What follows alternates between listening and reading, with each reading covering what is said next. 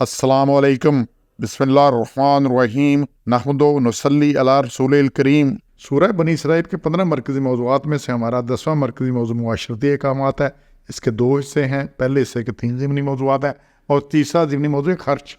یہاں پہ جو مصیبت ہے نا، سارے خرچ اس وقت خرچے ہار کے بڑے ہوئے ہیں اور چیزیں پوری نہیں پڑتی، اور جتنی بے ایمانی، جتنی حق تلوی، یہ جو کچھ ہو رہا ہے دوسروں کے ساتھ، کیا جی خرچ بڑھا ہے، خرچے ہم نے بہت بڑھا لیے۔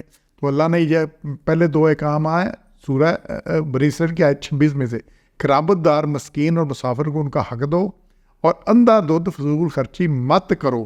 یہ ہماری شادیوں میں، بیاہوں میں، کسی رسوم و رواج میں دیکھو کیا کچھ غلط ہوتا ہے، دوسروں کو دکھانے کے لیے ہم اپنا منہ لال کر لیتے ہیں۔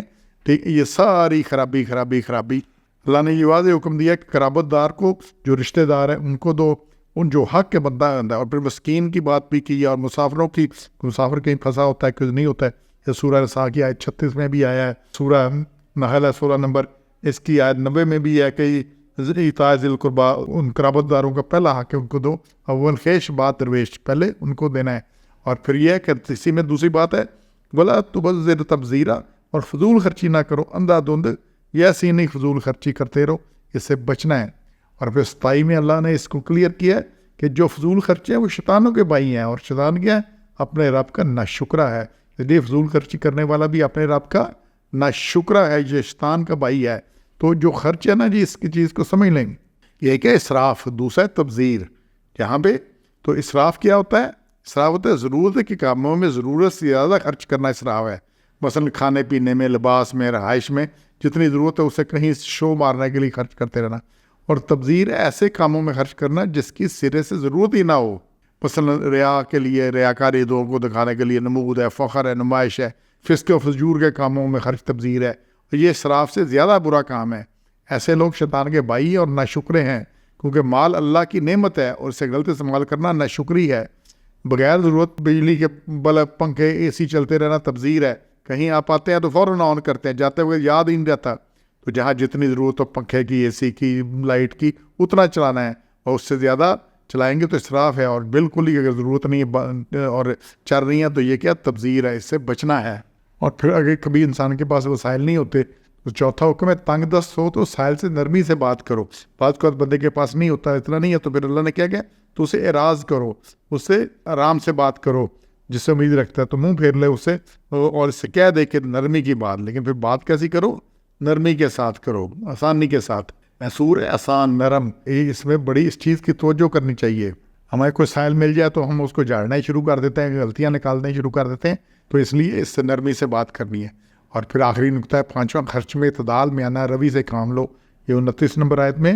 اور اپنا ہاتھ گردن تک بندھا ہوا نہ رکھ کہ بالکل کنجوس ہو جائے، اور نہ اسے کھول دے، پوری طرح کھولنا کہ جو آیا لٹا دیا اور پھر بیٹھا رہے ملامت زدہ ہو کر تھکا آ رہا۔